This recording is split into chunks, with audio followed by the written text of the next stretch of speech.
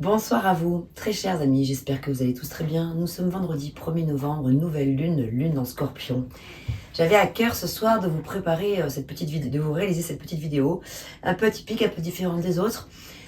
Aujourd'hui, nous sommes le vendredi, c'est le jour de l'amour. Le vendredi, c'est le jour où c'est un bon jour pour formuler des demandes d'attraction, d'amour et de confiance en soi.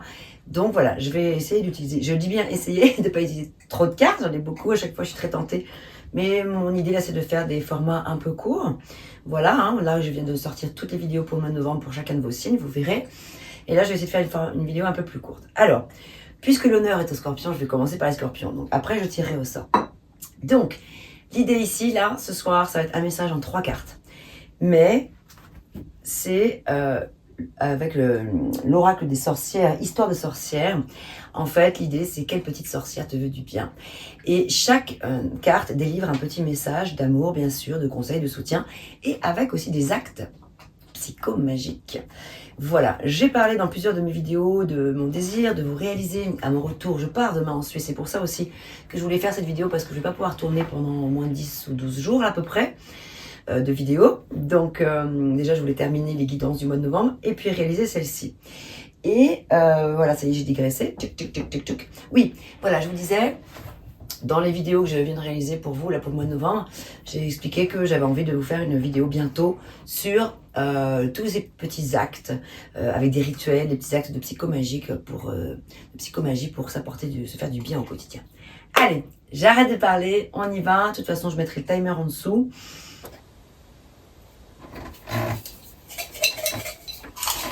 Alors,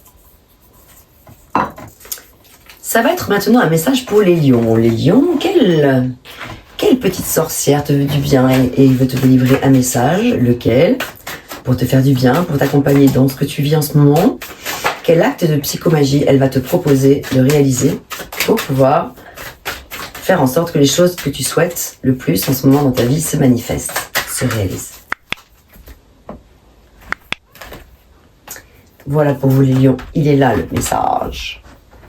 Ensuite, je vais compléter avec une carte du tarot, bien sûr, le Rider-Waite du tarot mystique. Et puis, on terminera avec l'essence de la vie. Pour un petit message conseil ou une astuce, on va voir. Un message de soutien. Option, ah ben vous aussi, comme les scorpions, vous avez l'option, les différentes possibilités. Prenez en considération les possibilités de carrière qui s'offrent à vous. Et là, nous avons le 8 de coupe. Le 8 de coupe qui parle d'avoir peut-être envie de quitter une situation, sur le plan peut-être professionnel, puisque là, on est sur le professionnel, a priori. Enfin, carrière ou passion, ou hobby, ou envie, ou passion, voilà. Avec le 8 de coupe, nous avons un besoin de prendre l'air, de nourrir nos émotions par d'autres formes d'action, par d'autres types de passion, par d'autres, peut-être un autre job, tout simplement. Et on nous parle ici de prospérité et d'abondance.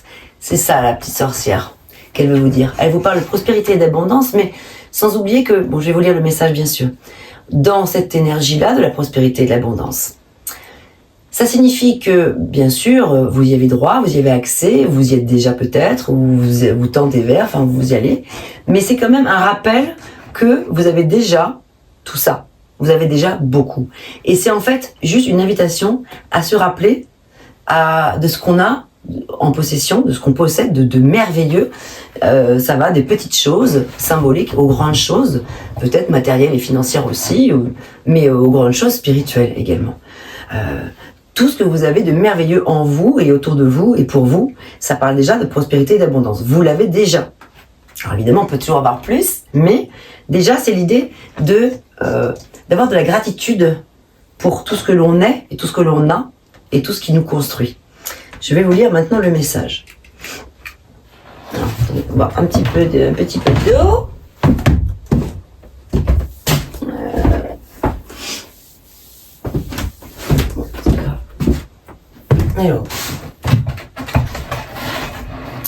Alors, on y va pour la lecture du message. Donc là, on est sur l'élémentaire, prospérité et abondance.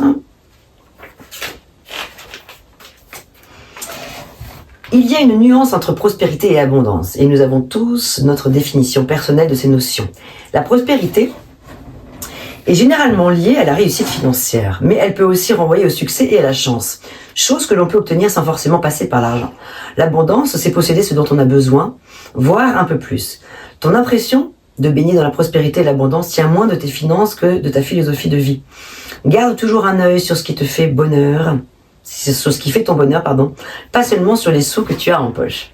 L'action à mener. Voir le verre à moitié vide, c'est facile. On a toujours l'impression qu'il nous manque quelque chose. Mais quand on se compare à d'autres, on s'aperçoit vite que l'on n'est pas si mal loti. Prends une feuille de papier et trace un trait vertical au milieu. Dans la colonne de gauche, écris ce que tu aimerais avoir. Une nouvelle voiture, un meilleur travail, un plus bel endroit où vivre, ou le dernier livre de ton auteur préféré. Dans l'autre colonne, écris ce que tu possèdes déjà, un toit au-dessus de ta tête, de quoi manger, des gens qui t'aiment. Qu'il s'agisse de grandes choses ou de détails, écris tous les aspects positifs de ta vie. Étudie les deux colonnes, l'une des deux est-elle plus longue que l'autre ?